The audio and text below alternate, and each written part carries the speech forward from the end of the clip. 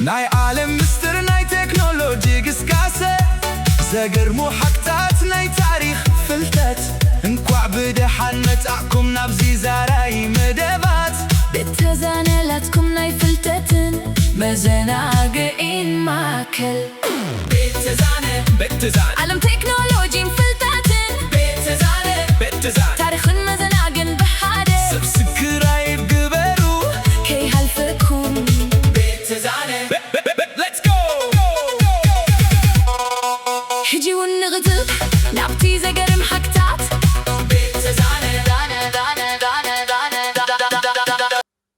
ሰላም ክብራት ተዓዘብቲ ሎሚ ኣብ ዘለናሉ ግዜ ቲክቶክ መዘናግዒ ጥራይ ዘይኮነስ ዓቢ ናይ ቢዝነስ ኣታውን ረኽበሉ ባይታ ኮይኑ ኣሎ።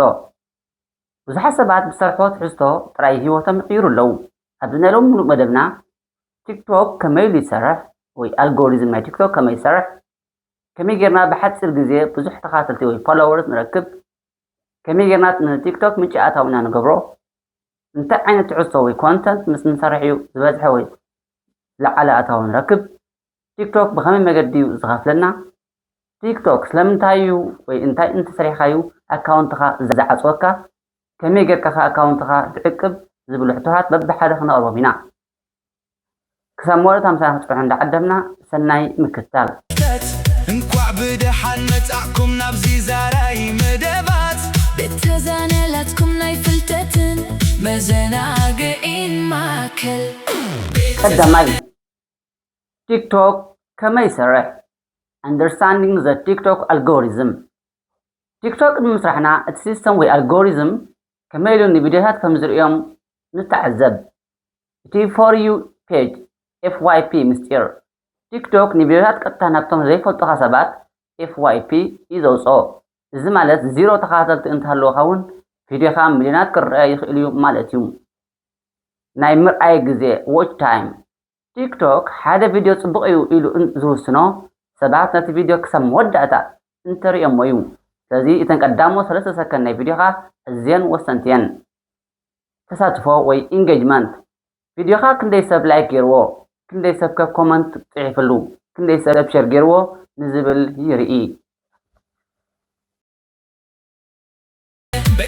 عالم تكنولوجي مفلتاتن بتزان تاريخ مزناقين بحادة SEO search engine optimization ኣብ ቲክቶክ ሰባት ደሪኻ ከለዉ ቪድዮኻ ንኽመፅእ ፅቡቕ ኣርእስቲ ወይ ካፕሽን ምፅሓፍ፣ እወታዊ ሃሽታግስ ምጥቃም ኣገዳሲ እዩ። ካልኣይ ከመይ ጌርና ብዙሓት ፎሎወርስ ንረክብ how to grow followers ኣብ ቲክቶክ ብዙሕ ተኸታታሊ ንምርካብ ዘምስዕቡ ስልትታት ክንጥቀም ንኽእል።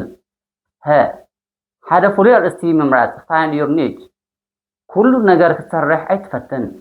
ንረብሓኻ ዝኸውን ሓደ ዓውዲ ጥራይ ምረፅ።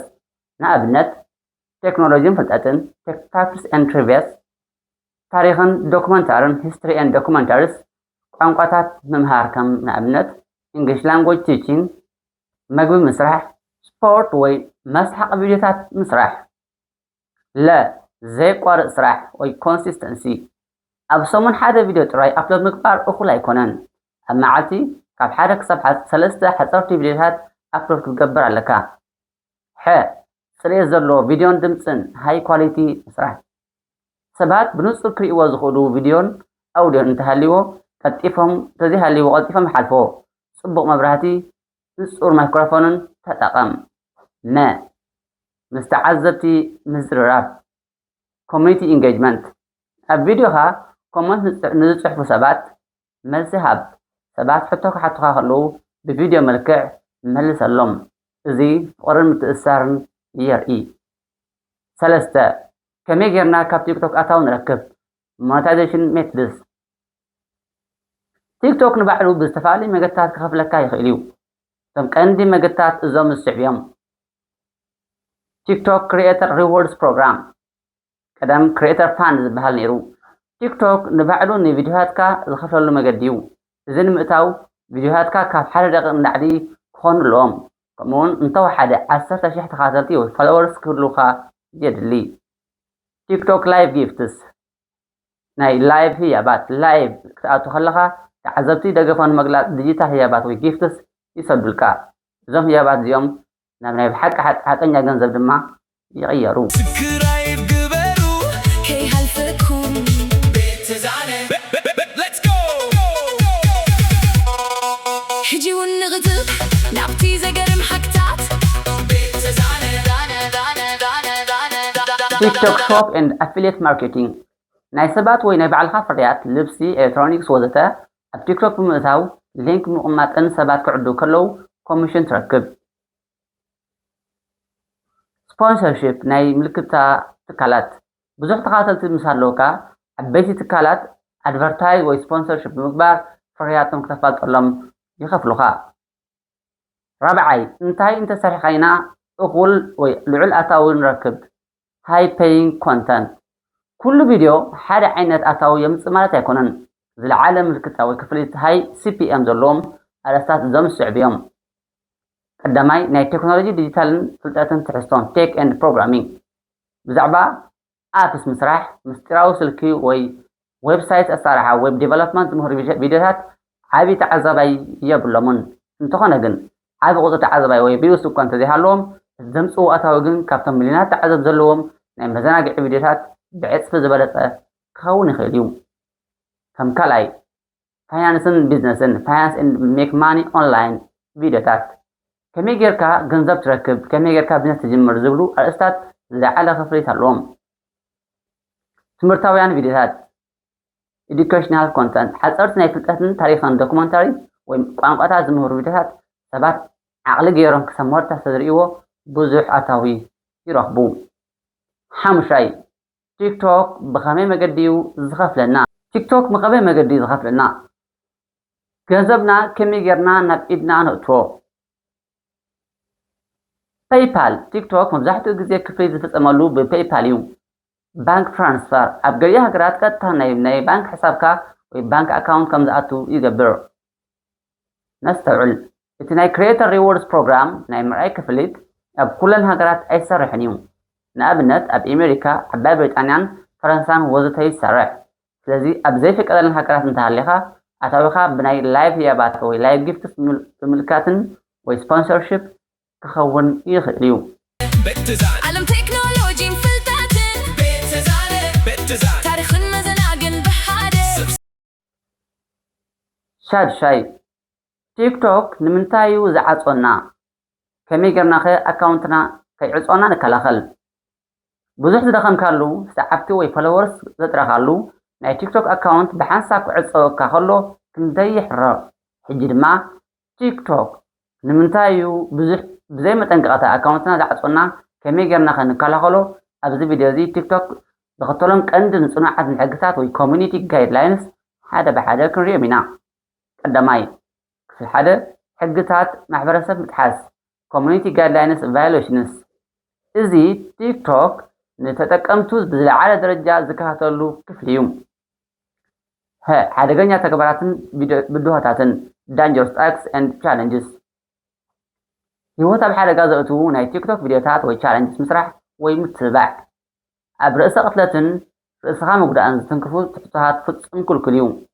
ናይ ፅልኢ ዘረባ ምግፋዕን ሄት ስፒች ኤንድ ሃራስመንት ብሄር ሃይማኖት ፆታ ወይ ዜግነት መሰረት ዝገበረ ናይ ፅልኢ ቃላት ምጥቃም ንሰባት ብኮመንት ይኹን ብቪድዮ ቃላት ምጉዳእ ምውራድን ሳይበር ባሊንግ ምፍፃምን ሕርቃን ወሲባዊ ትሕዝቶን ኒዲቲ ኤንድ ሃራስመንት። ቲክቶክ ንህፃናት እውን ክፉት ስለ ዝኾነ ዝኾነ ይኹን ወሲባዊ መልእኽቲ ዘለዎ ምስሊ ቪድዮ ወይ ሳዕስዒት ይዕፅዩ። ዓመፅን ዘፍርሕ ትሕዝቶን ቫይለንስ ኤንድ ግራፊክ ኮንተንት ናይ ደም ቃልሲ መጉዳእቲ ወይ እንስሳት ዘከሳቀዩ ዘርኢ ቪድዮታት ብቐጥታ ኣካውንት የዕፁ። ካልኣይ ክፋል ናይ ቅዳሕ መሰል ምጥሓስ ኮፒራይት ኤንድ ኢንተሌክቹዋል ፕሮፐርቲ ናይ ብዙሓት ሰባት ብሰንኪ እዚ ክፍሊ እዚ ይዕፁ እዮም።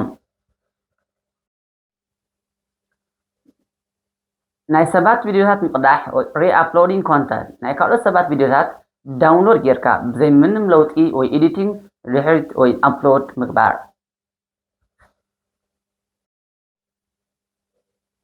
ናይ ሙዚቃ መሰል ምሕላው ብቲክቶክ ካብ ዘይተፈቅዱ ናይ ደገ ሙዚቃታት ምጥቃም ኣብ ውሽጢ ቲክቶክ ዘለዉ ድምፅታት ጥራይ ምጥቃም ይምረፅ። ናይ ንግዲ ምልክታት ትሬድማርክ ናይ ዓበይቲ ኩባንያታት ስም ወይ ሎጎ ብናይ ምፍላል መገዲ ምጥቃም። ክፋል 3 ስፓምን ዘይተደልዩ ተግባራትን ስፓም ኤንድ ኢንአውተንቲክ ቢሄቪየር ሮቦት ወይ ኣታል ከይትመስል ተጠንቀቕ። ሰዓትን ላይክን ምዕዳግ ባይንግ ፎሎወርስ ኤንድ ላይክስ ቲክቶክ እዚኦም ኣብ ስራሕ ቦትስ ምዃኖም ቀልጢፉ ይፈልጦም እዩ። ምትላል ወይ ስፓም ኣብ ሓፂር ግዜ ውሽጢ ንብዙሕ ሰብ ፎሎው ምግባር ወይ ኣንፎሎው ምግባር። ሓደ ዓይነት ኮመንት ኮፒ ፔስት ኣብ ብዙሕ ቪድዮታት ብተኸታታሊ ምፅሓፍ። ናይ ሓሶት ሓበሬታ ወይ ሚስ ኢንፎርሜሽን ንሰባት ተደናግሩ ናይ ሓሶት ዜናታት ወረታትን ምዝርጋሕ። ክፋል 4 ዕድመን ካልኦት ተወሳኽቲ ምኽንያታትን ናይ ዕድመ ደረት ኤጅ ሪስትሪክሽን ቲክቶክ ንምጥቃም ዕድመ ካብ 13 ዓመት ንላዕሊ ክኸውን ኣለዎ። ቲክቶክ ትሕቲ 13 ዓመት ምዃንካ እንተጠርጢሩ ክዓፅወካ ይኽእል። ብብዝሒ ሪፖርት ምስ መፀካ ብዙሓት ተጠቀምቲ ንቪድዮታትካ ወይ ንኣካውንትካ ሪፖርት እንተገይሮሞ ናይ ቲክቶክ ኤኣይ ብቐጥታ ክዓፅዎ ይኽእል እዩ። ሕጂ ድማ ቲክቶክ ኣካውንትና ምዝዕፀወና ከመይ ጌርና ክንከላኸሎ ንኽእል? ከመይ ጌርና ኣካውንትና ነድሕን? how to protect and appeal our TikTok account ኣካውንትኩም እንተተዓፅዩ ተስፋ ይትቁረፁ። ቅድም ክትገብሮም ዘለኩም ነገራት ኣለዉ። ቀዳማይ ናይ ጥርዓን ወይ ኣፒል ምእታው። ኣካውንትኩም ክዕፆ ከሎ ዝመፀኩም መልእኽቲ ኣንብብዎ። ብጌጋ እንተኮይኑ ኣፒል ዝብል ጠውቑ። ቲክቶክ ናብ ቲክቶክ ደብዳቤ ምልኣኽ። ብመገዲ ፊድባክ ፎርም ንቲክቶክ ፅሑፍ ኢሜይል ምልኣኽ። ሕግታት ምኽባር ኩሉ ግዜ ቪድዮ ቅድሚ ምፅዓንኩም ሕግታት ቲክቶክ ከም ዘይጠሓሰ ምርጋፅ። ቲክቶክ ፅቡቕ መድረኽ እዩ፣ ግን ሕግታቱ ኣዝዮም ፅኑዓት እዮም። ስለዚ ንሕግታቱ ብምኽባር ቻነልና ንዕቢ። እስከ ንዓኹም ቲክቶክ ኣጠንቂቕኩም ይፈልጥ ዶ ወይስ ተዓፂኩም ይፈልጥ? ግብረ መስኹም ከ እንታይ ነይሩ? ኣብ ኮመንት ፀሓፍለይ። ክቡራት ተዓዘብቲ ሎሚ ብዛዕባ ቲክቶክ ኣሰራርሓ ከመይ ጌርና ተኸታተልቲ ከም ንዕቢ ከመይ ጌርና ኣታዊ ከም ንረክብን ኣብ ቲክቶክ ኣካውንትና ንኸይዕፀው ክንገብሮም ዘለና ዘይብልና ነገራትን ብሰፊሕ ብዝርዝር ክንሪኦ ፀኒሕና። እቲ ዝዓበየ ምስጢር ናይ ቲክቶክ ሎሚ ጀሚርካ ፅባሕ ምሕዳግ ዘይኮነስ ብፅንዓትን ብዘይ ተስፋ ምቁራፅን መገዲ ወይ ኮንሲስተንሲ ምስራሕ እዩ። ዓለም ቴክኖሎጂን ፍልጠትን ታሪኽን መዘናግን ብሓደ ሎሚ ዘቕረብናልኩም ትሕዝቶ ሓፈሻዊ ብዛዕባ ቲክቶክ ኮይኑ ካብዞም ተጠቕሱ ብፍሉይ ብዓሚቕ ክቐርበልኩም ተደልይዎ ትሕዝቶ እንተሎ ኣብ ቦታ ኮመንት ፀሓፍልና። ዝኾነ ሕቶ እንተሃለኩም እውን ኣብ ኮመንት ፀሓፍለ። እዚ ቪድዮ እዚ ጠቃሚ ኮይኑ እንተረኺብኩሞ ላይክ፣ ንኻልኦት መታን ክበፅሕ ድማ ሼር ምግባር ኣይትረስዑ። ከምዚኦም ዝበሉ ናይ ቴክኖሎጂ ሓበሬታት ኩሉ ግዜ ንምርካብ ድማ ቻነልና ሳብስክራይብ ምግባር ኣይትረስዑ። ኣብ ዝቕፅል ቪድዮ ብካልእ ኣገዳሲ ርእስቲ ክሳብ ምረኸብ ሰላም። ቤት ተዛነ ዩቲብ ቻነል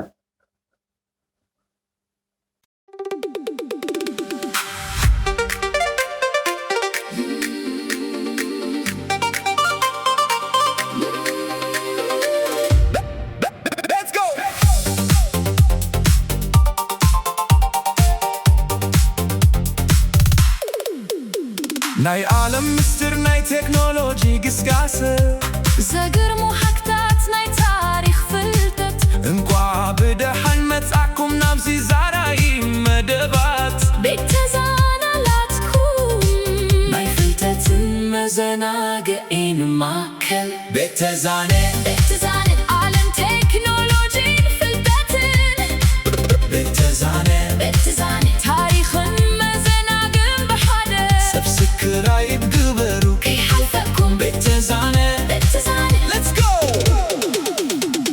ሕጂ እውን ንብርክዘል ናብቲ ዘገርም ሓቅታት